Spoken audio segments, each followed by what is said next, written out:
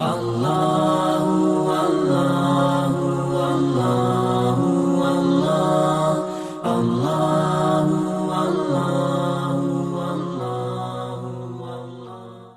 الفائز بالقبول وتمام كل سوء ومعمول وصل إحسان ظاهرا وباطنا في الدين والدنيا الآخرة دافعة لكل شر جالبة لكل خير لنا ولوالدينا وأولادنا ومشايخنا في الدين مع اليسر والعافية والأنية أن الله ينور قلوبنا وقوالبنا مع الهدى والتقى والعفاف والغنى والموت على أهل الإسلام والإيمان بلا محنة ولا امتحان بحق سيدنا ولدنا وعلى كل نية صالحة بأن الله يجعل حياتنا حياة كاملة فارهة مطمئنة لا قربة فيها ويرزقنا رزقا حلالا طيبا واسعا مباركا فيه على هذه النية ولكل نية صالحة ونية كما نوى سلفنا الصالح وإلى حوض النبي محمد صلى الله عليه وسلم صالحة. أعوذ بالله من الشيطان الرجيم بسم الله الرحمن الرحيم الحمد لله رب العالمين الرحمن الرحيم مالك يوم الدين إياك نعبد وإياك نستعين اهدنا الصراط المستقيم صراط الذين أنعمت عليهم غير المغضوب عليهم ولا الضالين. المصنف رحمه الله تعالى ونفعنا به وبعلومه وأسراره في الدارين آمين. بسم الله الرحمن الرحيم. الثاني عن أبي محمد الحسن بن علي بن أبي طالب رضي الله عنهما قال حفظت من رسول الله صلى الله عليه وسلم دع ما يريبك إلى ما لا يريبك فإن الصدق طمأنينة والكذب ريبة رواه الترمذي وقال حديث صحيح.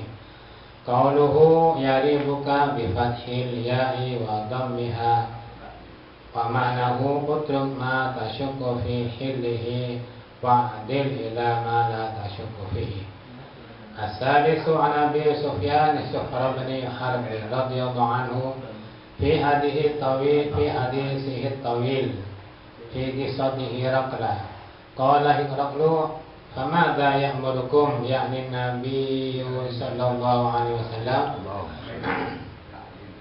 قال أبو سفيان قلت يقول اعبدوا الله وحده لا تشركوا به شيئا واتركوا ما يقول آباؤكم ويأمرنا بالصلاة والصدق والعفاف والصلة متفق عليه. Bismillahirrahmanirrahim. Hadis yang kedua dari bab sidik, bab kejujuran, diriwayatkan dari Abi Muhammad, yaitu Sayyidina Hasan bin Ali bin Abi Thalib. Hasan bin Abi Thalib bin Ali bin Abi Thalib ini adalah yang mendapat julukan Abu Muhammad. Jadi Abu Hasan. Jadi Sayyidina Ali punya putra Sayyidina Hasan, yang adiknya itu Sayyidina Husain, dan Sayyidina Hasan ini punya putra Muhammad. Kemudian Rasulullah ketika memanggil Sayyidina Ali itu dipanggil Abul Hasan, bapaknya Hasan, yaitu Sayyidina Ali. Dari panggilan Rasulullah kepada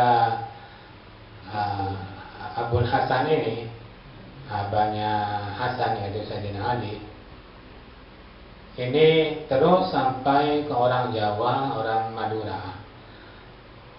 Kalau orang Madura itu umpamanya anaknya pertama Aminah, Pak Mina, namanya sendiri bukan Pak Mina, umpamanya Sudi, Bagong, umpamanya anak Pak Aminah, anak pertama dipanggil Pak Mina, Man Mina ya. Ini mungkin ya, walallahu mungkin dari Rasulullah ini menjuluki Sayyidina Ali dipanggil dengan Abul Hasan karena anak pertama dari Sayyidina Ali adalah Sayyidina Hasan, Abul Hasan. Kemudian dalam riwayat ini bahwa Sayyidina Hasan itu sebelum Nabi Muhammad SAW di zaman jahiliyah tidak ada yang namanya Hasan, yang namanya Husain itu tidak ada. Di zaman jahiliyah tidak ada yang bernama Hasan dan bernama Husain. Di sini jadi Sayyidina Hasan itu pertama kali yang mempunyai nama Hasan. Di orang-orang Arab yang pertama kali yang mempunyai nama Hasan adalah cucu Nabi putranya Sayyidina Ali ini. Yang memberi nama Hasan adalah Sayyidina Nabi Muhammad sendiri. Kemudian katanya ulama, memang Allah Subhanahu wa taala menutupi kepada orang Arab nama Hasan dan Husain. Sehingga yang mempunyai nama pertama kali Hasan adalah putranya Sayyidina Ali, cucu Nabi Muhammad SAW, yang mempunyai nama pertama kali. Yang mempunyai nama pertama kali Husain adalah cucu Nabi Muhammad dari putra Sayyidina Ali. Jadi memang Allah menutupi. Jadi orang-orang Arab tidak ada yang sebelumnya mempunyai nama Hasan dan Husain. Sehingga ketika mempunyai cucu, Nabi Muhammad memberi nama cucunya Hasan dan Husain. Dan fadilah dan keistimewaan dari Sayyidina Ali ini banyak sekali. Dan salah satunya yaitu ketika Nabi Muhammad SAW khutbah, Sayyidina Hasan ini pergi ke Nabi Muhammad. Kemudian diambil oleh Nabi Muhammad. Sayyidina Hasan masih kecil, masih anak-anak. Kemudian semua manusia pandangannya itu menolehkan wajahnya kepada Sayyidina Hasan. Kemudian Nabi Muhammad bersabda, Sayyidina Hasan ini adalah seorang sayyid, pemimpin orang Arab. La'allahu, mudah-mudahan Allah dengan Sayyidina Hasan ini mempertemukan atau mengislahkan dua golongan besar yang saling bertikai. Dan dalam kenyataannya setelah Nabi Muhammad wafat, Sayyidina Hasan mempertemukan atau mengislahkan kedua golongan yang besar yang sedang bertikai. Itu termasuk mukjizat dari Nabi Muhammad SAW tentang Sayyidina Hasan. Sayyidina Hasan meriwayatkan hadis ini, beliau berkata, hafidhu min Rasulillah SAW, saya hafal dari Rasulullah Nabi Muhammad SAW, da' ma yaribuka ila ma la yaribuk, fa inna sidqa tuma'ninatun wal kadhiba ribatun. Tinggalkanlah apa yang menjadi keraguan pada diri kamu dan menuju pada hal yang tidak meragukan. Tinggalkan hal yang meragukan pada diri kamu, pada hal yang tidak meragukan. Ini perbuatan apa saja, baik itu dalam masalah perdagangan atau pekerjaan atau makanan, sembarang ini meliputi apa, mencari ilmu, pokoknya segala dalam kehidupan kita. Jadi apa-apa yang kita ragu itu tinggalkan menuju hal yang tidak meragukan. Apalagi dalam masalah maksiat. Kalau sekiranya itu meragukan, jangan diteruskan. Kalau ada keraguan di dalam diri kita, da'ma yaribuk ila ma la yaribuk. Memang sabda Nabi Muhammad SAW ini sangat singkat, tapi bisa meliputi segala aspek kehidupan kita.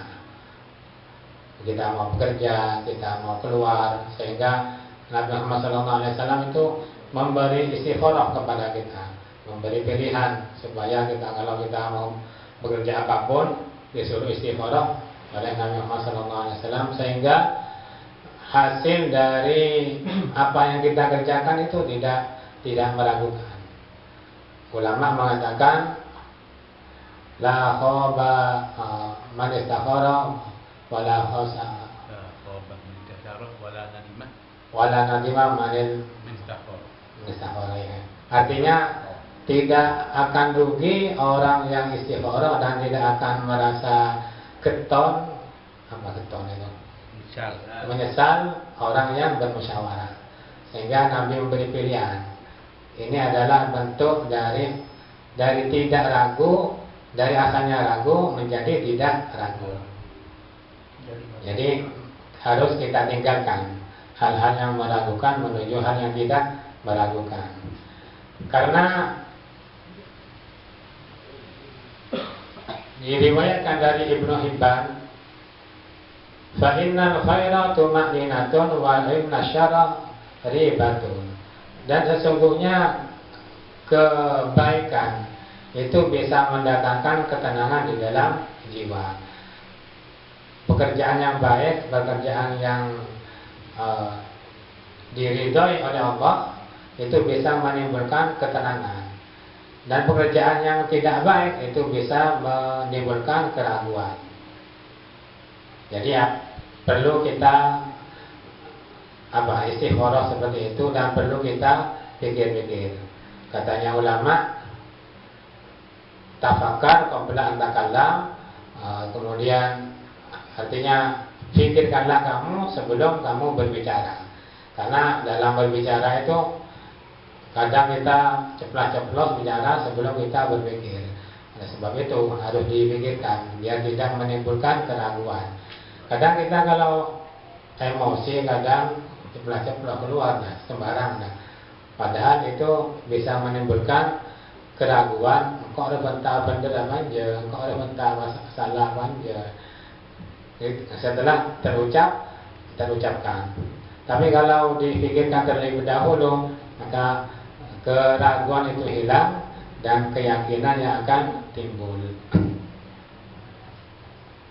Karena katanya ulama, fa'inna nafsul mu'min, fa'inna nafsul mu'min, sesungguhnya nafsunya orang mukmin itu wataknya nafsunya orang mukmin kebiasaannya terhadap sesuatu yang benar.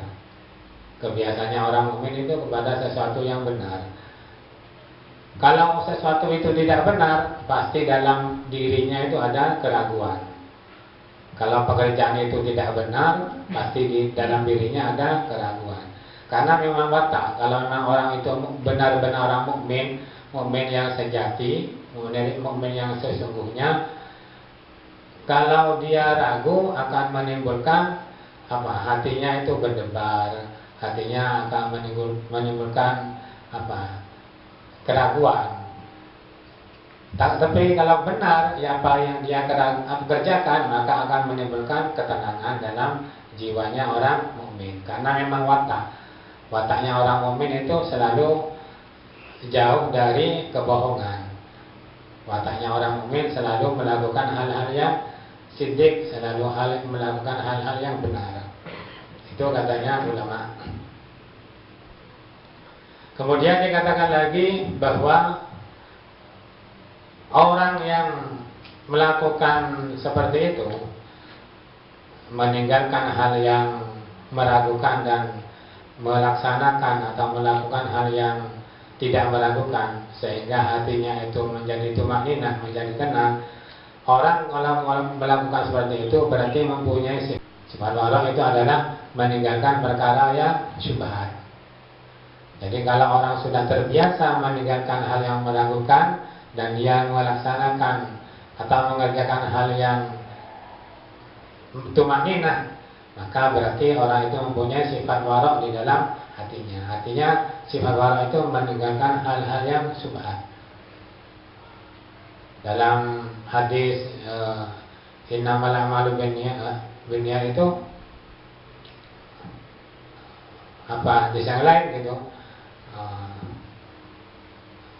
disebutkan man waqa'a fi syubhat waqa'a fil haram. Bukan hadis innamal a'malu binniyat, hadis yang lainnya. Man waqa'a fi syubhat waqa'a fil haram. Barang siapa yang jatuh kepada perkara yang syubhat, berarti dia akan melakukan perkara yang haram. Ini orang yang hatinya benar-benar orang itu mukmin, syubhat aja tidak dilaksanakan, apalagi melakukan hal yang haram. Karena sebelum melakukan yang syubhat itu, dalam hatinya itu ada pilihan, apakah dia melakukan kebenaran atau kejelekan, apa dia melakukan kebaikan atau kejahatan. Dalam dirinya itu sudah ada dua pilihan. Kalau orang mukmin, kalau melakukan kejahatan, maka ada raib, ada keraguan. Kalau orang mukmin juga, kalau melakukan kebaikan, maka ada tumaninah, ada ketenangan di dalam hati. Itu orang mukmin yang sejati. Diriwayatkan dari Abu Hurairah, tapi ini sanadnya dhaif. Berkata seorang Nabi Muhammad SAW bersabda kepada seorang laki-laki, "Dak ma yaribuka ila ma la yaribuk." Tinggalkan apa yang kamu ragu kepada hal-hal yang tidak kamu ragukan. Nah, kemudian Nabi bersabda gitu, maka orang laki-laki itu bertanya, "Bagaimana caranya ya Rasul? Saya mengetahui tentang hal itu. Ini ragu, ini tidak. Sedangkan saya sendiri tidak punya ilmunya. Bagaimana caranya?" Katanya orang laki-laki itu. Maka Nabi Muhammad SAW bersabda, "Jika kamu ingin melaksanakan suatu perkara, maka letakkan tangannya kamu di hatinya kamu, di dadanya kamu. Letakkan tangannya kamu di dada kamu. Fa innal qalba yattaribu lil haram waskunu lil haram." Maka sesungguhnya hati itu deg-degan kalau melakukan perkara yang haram. Dan apabila melakukan perkara yang baik, maka atau perkara yang halal, maka hati itu menjadi tenang. Ini sabda Nabi, meskipun orang itu hujan kurang. Jadi ini dari riwayatnya Abu Hurairah, apabila kita ingin melakukan sesuatu hal, suatu perkara, dan perkara itu meragukan dalam hati kita ragu, perkara ini baik apa enggak, perkara ini jelek apa enggak, maka letakkan dalam dada kita, tangannya kita lakukan di dada. Jika dada kita deg-degan, berarti itu haram. Jika dada kita menjadi tenang, ketika tangan kita taruh di dada, maka perkara itu berarti halal. Ini mungkin sebagai petunjuk bagi kita apabila mau melakukan atau mengerjakan suatu perkara. Ini hadis yang kedua dari bab sidik. Kemudian diteruskan yang hadis ketiga dari Abi Sufyan Sakhri bin Harb. Ini hadisnya panjang sekali dalam masalah ceritanya Herakles. Herakles kalau dari sini kitab ini Hercules katanya mungkin. Dibuat raja Hercules. Iya. Itu adalah seorang raja Rom. Heraklius dalam sejarah itu Heraklius, dalam bahasa Indonesianya Hercules. Itu adalah seorang raja Romawi. Bukannya? Siapa ya? Hercules itu masuk Nabi. Nabi 313. Masih Rasul berarti kalau 313. Nabi. Rasul 25. Tapi yang di sini disebutkan Heraklius. Nah, dalam sejarahnya buku tarikh itu Heraklius, seorang raja Romawi. Di sananya ini adalah seorang raja Romawi.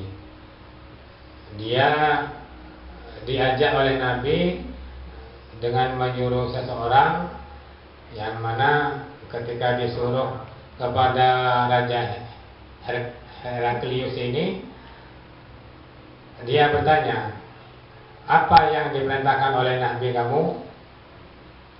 Raja Heraklius ini bertanya, "Apa yang diperintahkan oleh Nabi kamu?"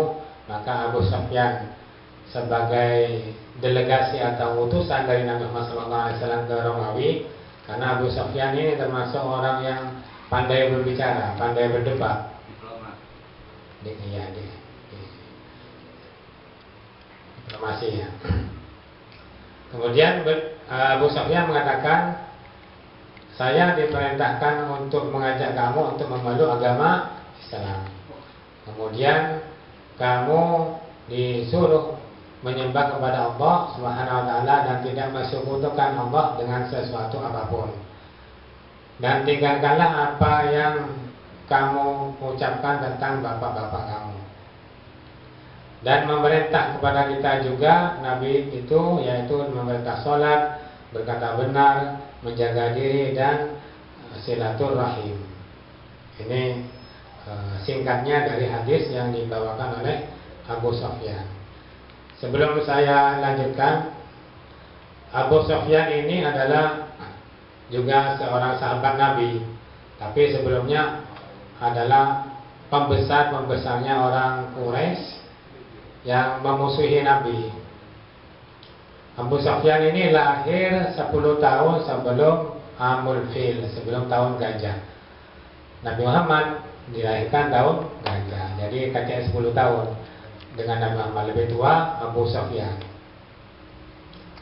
Abu Sufyan masuk Islam dalam keadaan Fathu Mekah. Jadi ketika Mekah sudah ditaklukkan oleh Nabi, Abu Sufyan ini masuk Islam.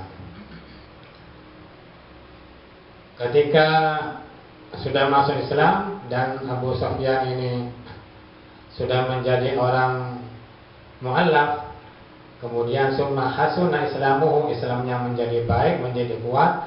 Kemudian Abu Sufyan ini ikut perang bersama Nabi Muhammad SAW. Dan ketika ikut perang Hunain dan Nabi Muhammad SAW menang, Abu Sufyan ini diberi 100 onta oleh Nabi Muhammad SAW, karena termasuk membesarnya orang Quraisy yang baru masuk Islam, tapi Islamnya sudah kuat. Diberi 100 onta, dan anaknya Yazid dan anaknya juga Muawiyah diistimewakan oleh Nabi Muhammad SAW. Sehingga Abu Sufyan berkata, demi Allah, wallahi innaka lakarimun fadaka abi wa ummi. Demi Allah, kamu itu orang yang sangat lampu, sangat dermawan. Demi bapakku dan ibuku, kamu itu orang yang sangat dermawan sekali, katanya Abu Sufyan. Saya adalah orang yang memerangi kamu. Fa ni'mal maharib akunta.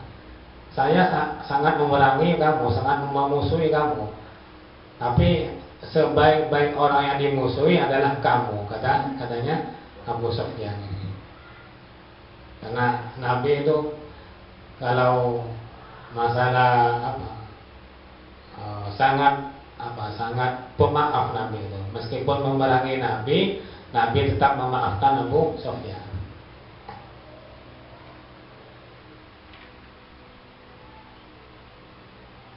Diriwayatkan dari hadis ini bahwa Abu Sufyan mengajak kepada Heraklius dalam tarikh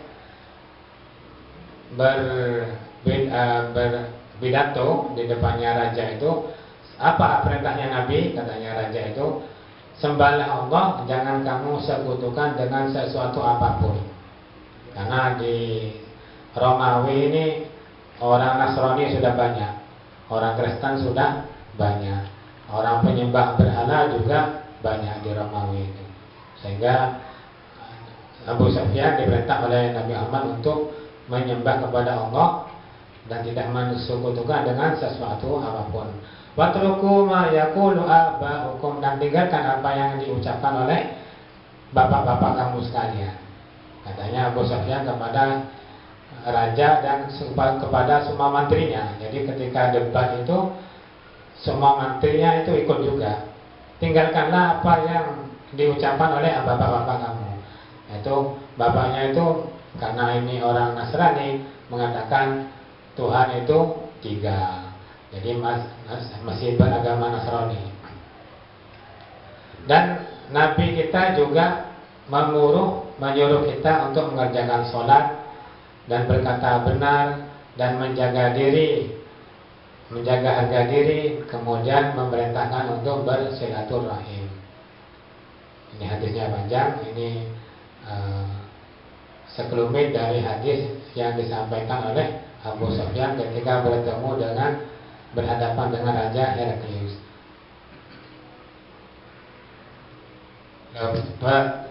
Dari pertemuan ini berarti dapat kita simpulkan bahwa Nabi Muhammad SAW mengangkat utusan itu adalah harus orang yang berani, tidak pengecut, tidak takutan. Ya, Abu Sufyan karena seorang pemimpin dari Quraisy, jadi mendapat perintah dari Nabi untuk berdakwah ke Romawi, untuk mengajak Raja Heraklius dan semua orang-orang yang di bawahnya Heraklius. Demikian hadis yang kedua. Apa yang bisa sampaikan, mungkin ada pertanyaan atau tambahan? Monggo. Apakah setiap orang Islam, apa setiap manusia yang dipegang dadanya itu bisa menentukan ini baik, ini jelek? Apa khusus orang Islam yang bisa mengetahui bahwa perbuatan tersebut jelek atau tidak? Itu adalah bisnadin dhaif, sanadnya dhaif. Tapi bisa kita lakukan juga meskipun dhaif, tapi kalau fadhailul amal ya bisa kita lakukan. Apakah setiap orang Islam kalau setiap dadanya itu dipegang bisa mengetahui itu pekerjaan jelek atau pekerjaan baik? Di sini disebutkan dalam keterangannya tadi itu bahwa orang Islam, orang mukmin, wataknya itu adalah wataknya selalu ingin berbuat sidik, selalu ingin berbuat kejujuran, selalu ingin berbuat kebenaran. Itu wataknya orang Islam, orang mukmin. Wataknya itu sudah menjadi watak. Kemudian apabila dia berbuat kebohongan, dan kebohongan itu bukan kebohongan yang syar'i, kebohongan yang tidak diwajibkan, kebohongan yang sungguhan, maka tentunya dalam hatinya itu timbul keraguan. Apa dia itu berbuat salah, apa berbaik, pasti timbul keraguan. Kenapa? Di dalam diri orang mukmin itu sendiri ada watak ingin selalu berbuat siddiq, ingin selalu berbuat jujur. Dan itu adalah merupakan fitrah. Fitrah itu adalah pemberian dari Allah Subhanahu wa taala kepada orang mukmin. Jadi bisa kita amalkan juga seperti itu. Kita apabila ragu kita pada satu hal, ini baik apa jelek, ini diteruskan apa enggak, lihat hati kita. Kalau hati kita tuh deg-degan, berarti sinyalnya kuat. Artinya kalau melihat dari hadis ini, kita itu benar-benar orang yang mukmin. Karena wataknya orang mukmin itu adalah ingin selalu melakukan kebenaran, ingin selalu melakukan kebaikan. Dan apabila melakukan kejelekan itu bisa menimbulkan keraguan di dalam hatinya, bisa menimbulkan deg-degan, ngetek.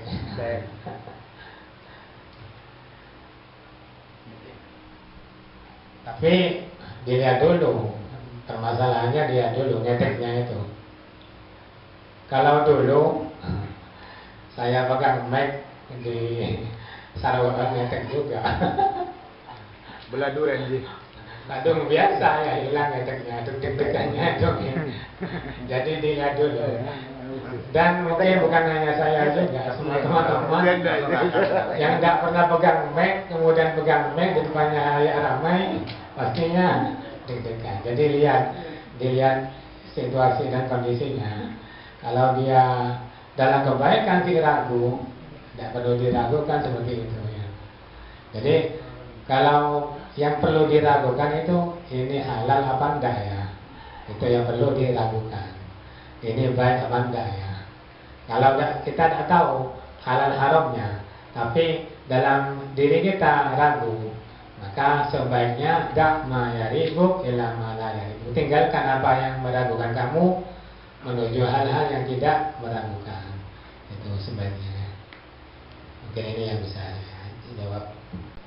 Assalamualaikum warahmatullahi wabarakatuh. Waalaikumsalam.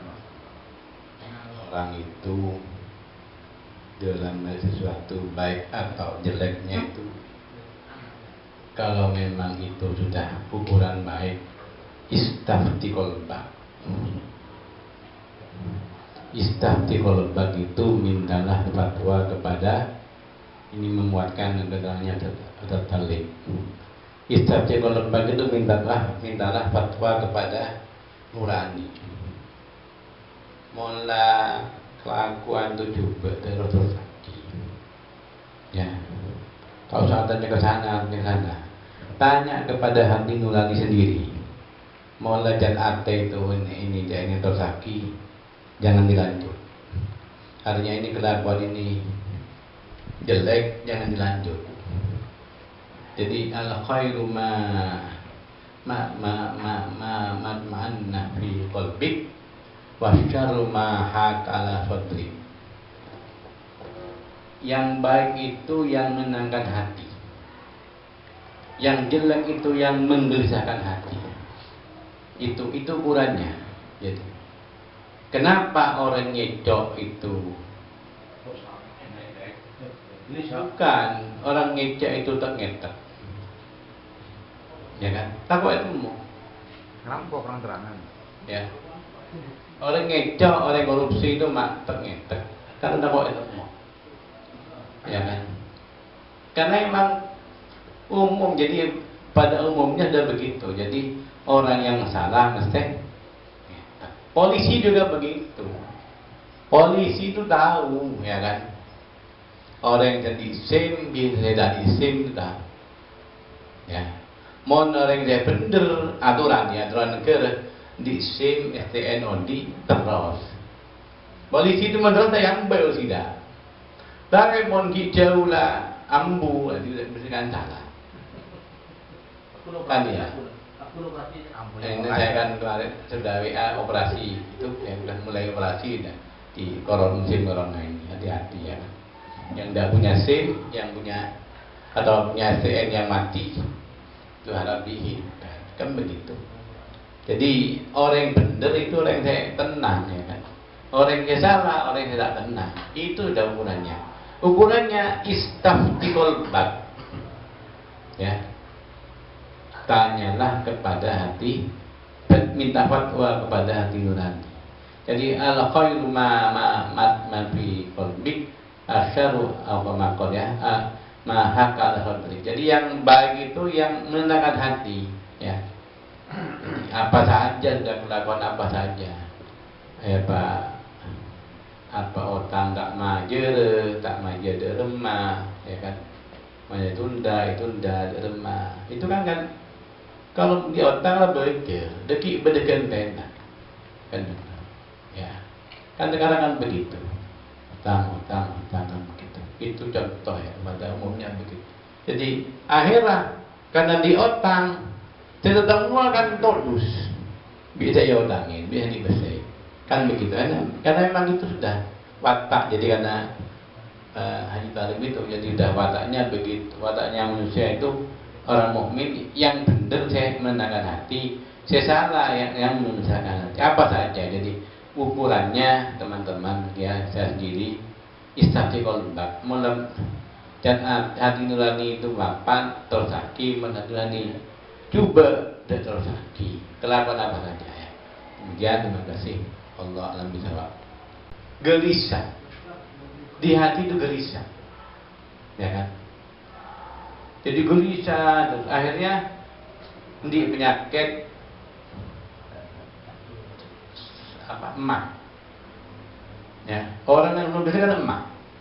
Mari emah itu kan apa bahasa kerennya tentang itu apa? asam lambung. Ya. Asam lambung itu kan bahasanya kan emah. Ya kan? Emah itu kan pikiran itu, ya kan? Karena emang jadi makanya orang Seberes ya aqlus salim fil jismis salim ya.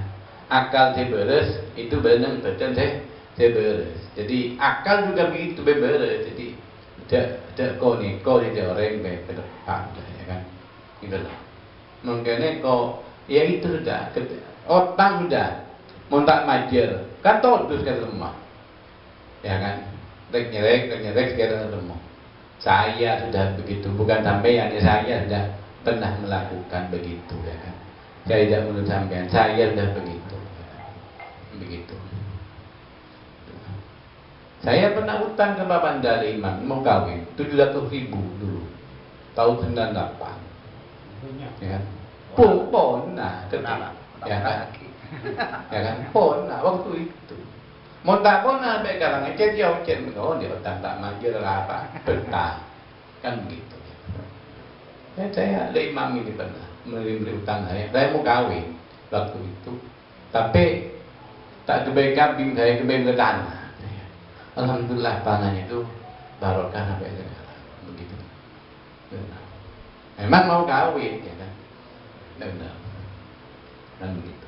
Itu utang saja sudah kepada orang kan montak majel kan lepet ya kan selah mana dia tangtu dibayar apa ya kan kerja mampunya cecil ya kecil ya jadi ya dalam sanksinya itu sudah gelisah pak Sadullah jadi gelisah bingung maksudnya asam lambung emah itu ya kan gitu emah bahasa kayak pas buruk kan limbar ya. Ya,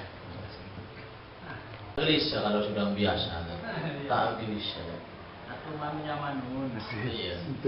Kalau memang belum melakukan sekali dua kali tak gelisah bergelisah tapi kadang-kadang sekun dia tak gelisah dah. Contohnya mohon maaf ya kalau ada tetangga kita yang melakukan sekarang ini nomor jual nomor itu tak gelisah ini tenang nggak usah ada tak mau minum hal itu karena kita doain tadi tapi kan menurut petunjuk ini memang mau masuk akal mungkin mau melakukan gimana ini tenang itu karena betul barusan itu kita mau melakukan hal apapun bekerja melakukan satu mon tenang terus sakit terjadi tenang bersiar. Tetapi yang melakukan kadang di kayak jual-jual apa itu nggak bisa kiri tenang. Nah, cuma tidak bisa terpaksa. Ini ukurannya standar itu al khairu ma'mat nabi qalbi wa al khairu ma'akal sadri. Jadi yang baik itu yang melegakan hati itu pada umumnya manusia sudah. Karena satu kali dipaksakan, ya kan? Dua kali dipaksakan jadi biasa. Pada mulanya, pada awalnya tetap gelisah pak. Engkau malah kode iya, bila kau campur.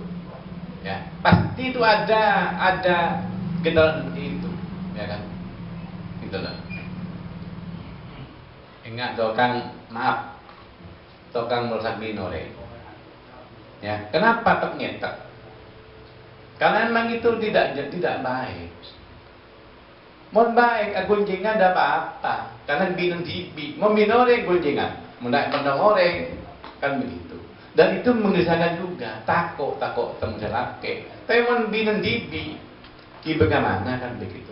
Pada awalnya, pada orang yang namanya orang Islam itu pak, karena ini sudah standar baku dari Allah bahwa apa yang jelek itu sudah menggelisahkan hati, apa yang baik menenangkan hati. Lah orang yang jual togel ya satu kali itu gelisah dulunya, terpaksa, tidak boleh sudah, tidak boleh. Nah, di hati nuraninya itu kepingin berhenti, tapi kadang-kadang ketetapan setan terus akhirnya jadi terking ditolak, akhirnya tak gelisah mas gitu. Pada awalnya begitu Pak, ada suara gitu loh. Ada getaran hati gitu kok. Engkau ada ngelakuin, engkau tahu dah kau dosa, kayak engkau lamprak, dan tidak boleh sudah. Biasanya begitu jawabannya. Gitu lah. Itu pada umumnya begitu ya. Terima kasih. Apa akibatnya kalau orang yang sudah terbiasa? Tadi dikatakan oleh Ustaz Nurul bahwa orang itu akan menjadi gelisah. Artinya gelisah itu hidupnya tidak tenang, selalu dihantui, perasaannya selalu dihantui oleh perbuatannya sendiri, dan itu terus merembet. Dan apabila orang itu tidak bertaubat, maka akan menjadi gelap hatinya, sehingga dia melakukan lagi itu sudah tidak terasa bahwa dirinya melakukan suatu dosa. Kalau sudah melakukan yang ketiga, keempat dan seterusnya, sudah merasakan itu perbuatan yang tidak berdosa, karena memang sudah dihiasi oleh setan. Itu dihiasi, zuyyina linnas hubbu syahawat minan nisa wal banin, terus itu. Sehingga perbuatan pertama kedua itu memang awalnya gitu, tapi sudah lama kelamaan dalam hatinya itu menjadi ron, hatinya menjadi gelap, menjadi hitam pekat, sehingga tidak terasa bahwa dirinya melakukan suatu dosa. Jadi kalau orang itu mendapat hidayah, selalu ada perasaan dirinya itu dihantui oleh perbuatannya.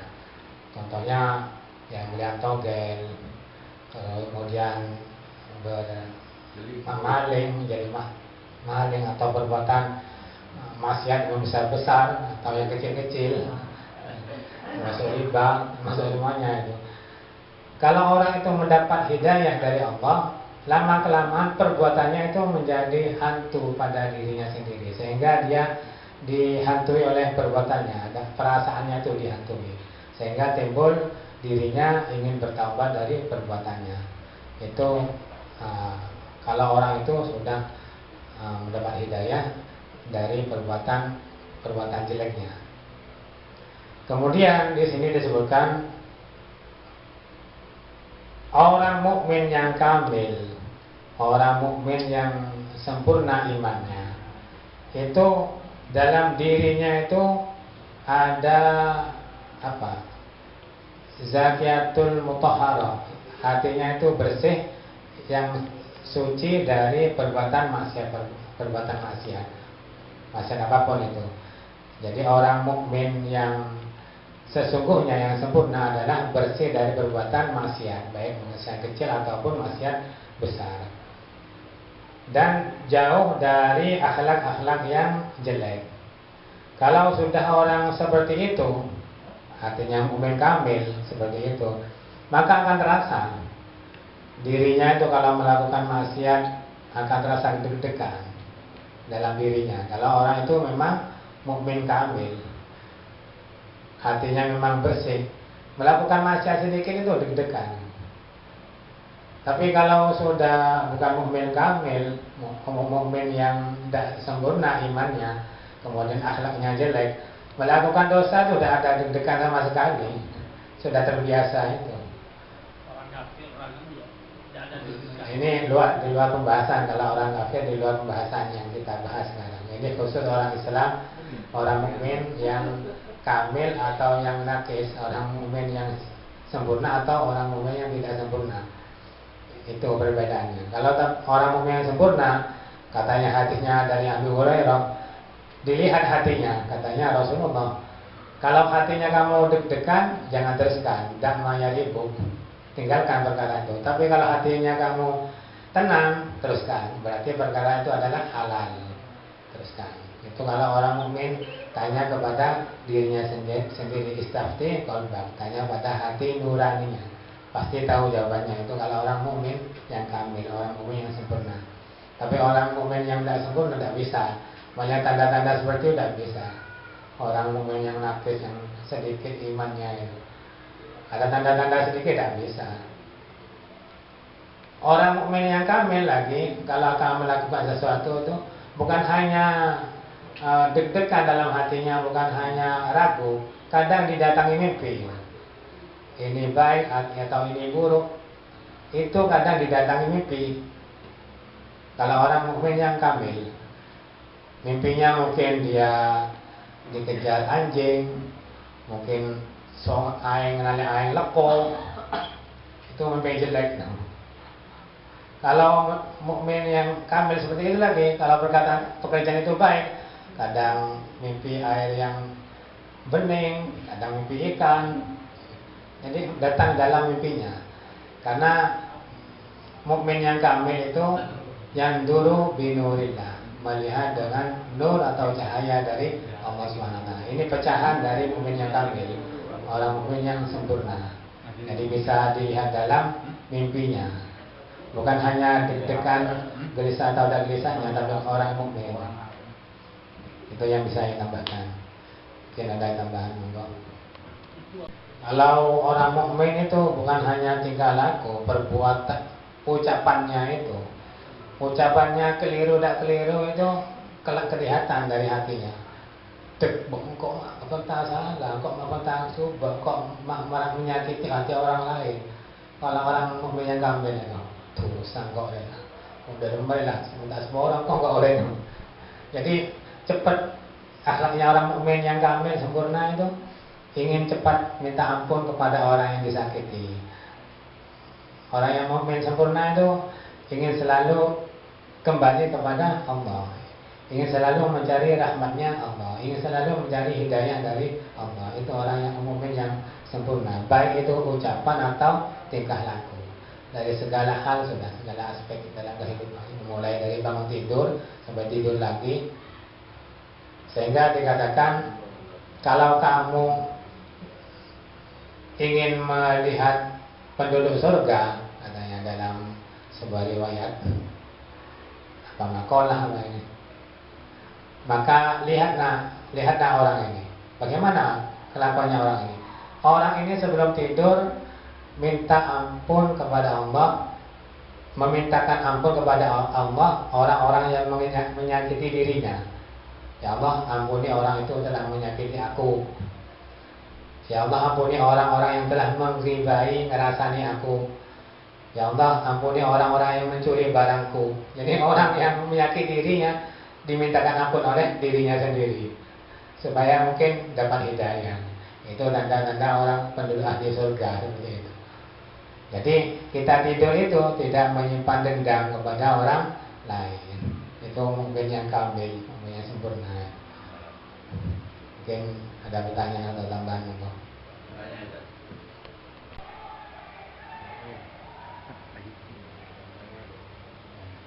Penyakit apa? Penyakit apa? Penyakit ain dan riya. Apa bedanya?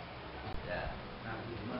Bismillahirrahmanirrahim. Masukkan lagu di waswas atau gimana ya?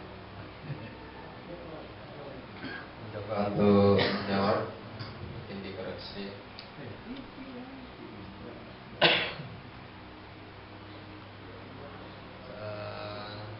Penyakit riya. Nah, penyakit riya ini istilahnya ingin dilihat, ingin diperhatikan, dan ingin dipuji. Ya, biasanya nempel pada anak-anak yang mengikuti tren budaya-budaya baru, budaya barat. Biasanya ingin dilihat oleh orang banyak, dan juga menimpa orang-orang muslim yang awalnya tidak rajin ibadah menjadi rajin ibadah. Karena apa? Yaitu ingin dilihat. Di riya ini ya sudah disebutkan dalam Al-Quran. Ini surat Al-Ma'un. Alladzina hum yura'una wa yamna'una al-ma'un. Jadi ara'aital ladzi yukadzibu bid-din fadzalika alladzi yad'u al-yatim wa la yuhibbu 'ala ta'amil miskin. Fawailul lil musallin alladzina hum an salatihim sahun alladzina hum yura'una wa yamna'una al-ma'un. Yura'un itu dari kata ro'ah jadi riya. Maksudnya ingin dilihat, ingin dinilai oleh orang. Padahal kalau kita memahami ayat ini, bahwasanya sifat riya ini tidak mendapatkan apa-apa dari Allah. Yang didapatkan hanyalah pujian manusia. Kalau itu dipuji, kalau nggak dipuji, tidak mendapatkan apa-apa. Artinya sifat riya ini sering muncul ya, termasuk saya juga pernah juga muncul, bahkan sering. Nah, untuk memerangi sifat seperti ini, yaitu ikhlas. Ikhlas dalam bekerja atau ikhlas dalam beramal. Ini lambangnya kemenang. Ikhlas beramal. Jadi ikhlas di sini supaya kita hilang daripada riya. Kalau penyakit ain ini ainun kan mata ini. Dilihat juga. Ya, penyakit ain. Ingin dilihat juga. Sesuatu yang nampak oleh mata. Penyakit ain dia mirip dengan riya. Jadi kata ro'a. Ya, mungkin menurut ustaz yang lain nanti apa sama, saya nggak paham. Cuman yang saya pahami di sini penyakit riya ini ingin dilihat. Kalau penyakit ain tidak ada yang paham nanti. Cuman menambah tadi dari Ustaz jawaban dari Ustaz Abdullah, kayaknya beberapa pertanyaannya itu kurang kayaknya banyak sekali yang ditanyakan tadi. Cuman menambah sedikit bahwasanya jiwa manusia itu ya dibagi 3. Jadi an-nafsul ammaratu bisu. Jadi jiwa yang selalu ingin melakukan kejahatan, kejelekan. Jadi nampak orang itu menuruti hawa nafsunya. Jadi ingin selalu melakukan kejelekan. Ya berarti dia dalam zona merah. Berarti ya, zona merah ya. Pengabdi setan. Ya. Ammaratu bisu terus itu. Ya, tenang orangnya. Kenapa? Ammaratu bisu yang dia pilih. Yang kedua, an-nafsul lawamah. Nafsul lawamah ini ya 50-50. Kalau malam tahajud. Kalau siang ya korupsi misalnya. Jadi kalau malam tangih ya, jalan ya. Kalau beto berangkat lain lah. 50-50. Dan yang terakhir ini yang bagus, an-nafsul mutmainnah. Dalam Al-Quran disebutkan Bismillahirrahmanirrahim, ya ayyatuhan nafsul mutmainnah irji'i ila rabbiki radiyatan mardiyah fadkhuli fi ibadi wadkhuli jannati. Jiwa yang tenang. Kalau jiwa yang tenang itu dipanggil irji'i ila rabbiki radiyatan mardiyah, mendapatkan ridho dari Allah Subhanahu wa taala. Mungkin ini tidak ada tambahan terkait dengan pertanyaan ini. Bisa dibawa ke urusan fikih, ya kan? Jadi di usul itu ada al-yaqinu la yuzalu bisyak. Jadi keyakinan itu tidak bisa dihilangkan dengan keraguan-raguan. Mulai yakin suci sudah. Ini bisa dibawa ke ranah fikih. Itulah. Misalnya awalnya itu suci sudah. Engkau ada kentok panjang. Yakini bahwa itu sudah suci.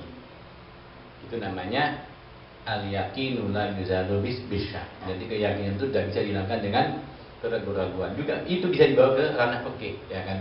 Jadi untuk ibadah, ya kan, untuk ibadah. Engkau ada nyeting dengan bine panja apa kentok panja, tapi awalnya sampai niat wudu sudah, ya kan? Karena manusia itu awalnya wudhu ya, bersuci. Tapi kalau awalnya Kok gila tak wudhu aja, najis. Jangan dibawa sholat itu, karena memang awalnya dah najis tidak wudhu. Tapi kalau awalnya itu sudah berwudhu, ragu, engkau kentok banjir, itu bisa dibawa ke. Jadi dak ma ya ribuk ila ma la ribuk itu begitu. Jadi di turunannya fikihnya al yaqinu la yuzalu bisa. Jadi keyakinan itu tidak bisa dihilangkan dengan keraguan. Mulai yakin saja sudah begitu ya. Ya, terima kasih. Terus kasus orang jihad itu Pak, kanak-kanak membahayakan anak-anak itu penyakit haid. Ajamnya pandangan. Berapa? Kan dia paling jahat ya, di penyakit ngabur anak-anak itu apa? Sebenarnya Iya bisa kita itu mungkin. Saya tak. Tidak mau menjawab itu karena tak pernah dengar, baru saya kali ini dengar. Baru kali ini saya dengar. Saya tak mau jawab itu.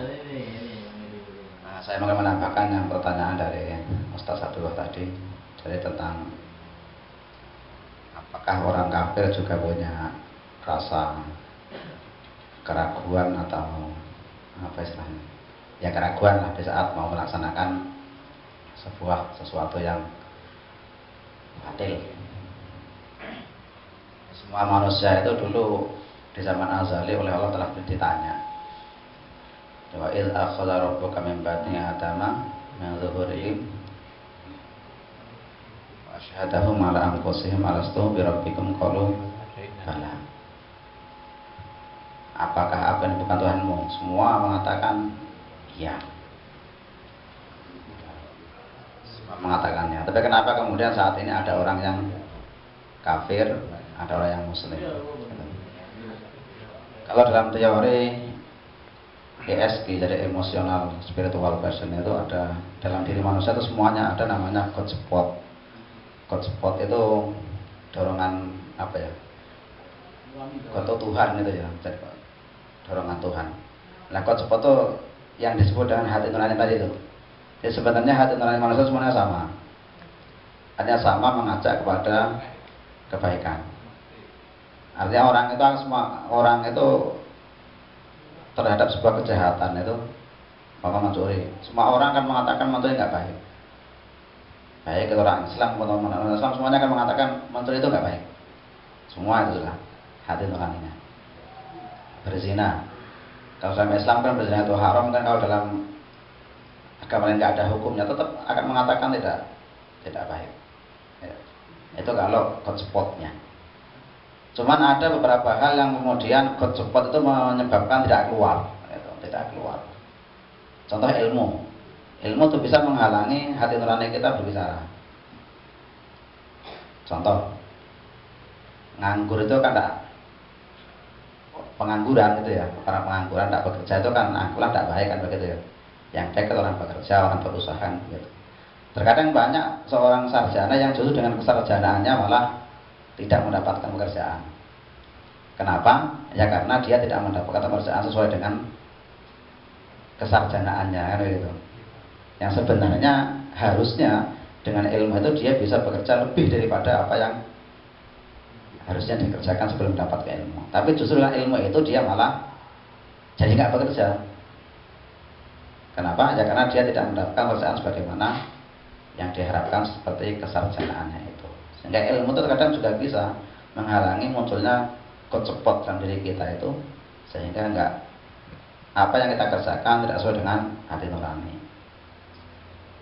Kemudian yang kedua, sudut pandang. Kadang kan orang itu kan mengatakan hal yang sama tapi kemudian berbuat sesuatu yang berbeda, itu kan sudut pandangnya yang berbeda. Contoh begini, ada orang mengatakan lakoh meloloh, itu kan dipandang jelek. Tapi di sisi lain ada orang mengatakan itu baik, kan bagian daripada ikhtiar. Artinya itu kan bisa mengatakan hal yang berbeda karena sudut pandangnya berbeda pula gitu kan. Sebenarnya orang kafir orang muslim itu semuanya sama kalau hati nuraninya gitu. Tapi kemudian ada yang menutupi hati nurani itu sehingga terkadang hati nurani itu tertutupi oleh sesuatu yang menutupinya itu. Semakin tebal tutupnya maka semakin sulit untuk keluar hati nuraninya gitu. maling mengatakan tetap pekerjaan itu tetap nggak baik, tetap itu. Tapi karena mungkin tutupnya yang tadi itu, jadi hotspotnya itu sudah tertutup oleh sesuatu yang banyak gitu sehingga sulit untuk muncul, gitu. Sulit untuk muncul. Nah, hotspot itu cahaya ilahi lah. Nah, cahaya ilahi jadi dorongan Tuhan gitu, jadi yang disebut hati nurani tadi itu. Ya sama dengan pikiran orang, otaknya kan diisi sesuatu ya. Sesuatu yang sudah kita isikan pada masa dulu itu terkadang tidak muncul gara-gara tertutupi oleh sesuatu yang baru, ya kan, sesuatu yang baru. Kecuali kalau kemudian sesuatu yang masuk yang pertama kali itu lebih berkesan daripada sesuatu yang masuk lebih baru. Sesuatu yang kita masukkan dalam otak kita pada zaman dulu itu terkadang hilang dikarenakan tertutup oleh sesuatu yang baru, sehingga lupa, ya kan, lupa. Kalau tidak kita olah lagi akan lupa. Tetapi itu terkadang bisa nggak lupa gara-gara lebih terkesan daripada sesuatu yang baru yang masuk itu. Sehingga sesuatu yang lama terkadang dalam diri kita lebih kita ingat dibandingkan dengan sesuatu yang masuk kemarin. Nah, hati nurani sama dengan itu. Nah, jadi ada dorongan Tuhan dalam hati nurani, kemudian ada beberapa hal yang kemudian mengelilingi itu. Jadi ada ilmu, kemudian ada sudut pandang, ya, tujuan hidup dan lain sebagainya itu, sehingga menutupi hati nurani itu untuk muncul gitu. Nah, itu semua manusia punya gitu, bukan hanya orang mukmin saja gitu. Mungkin itu aja kalau ada. Maaf, assalamualaikum warahmatullahi wabarakatuh.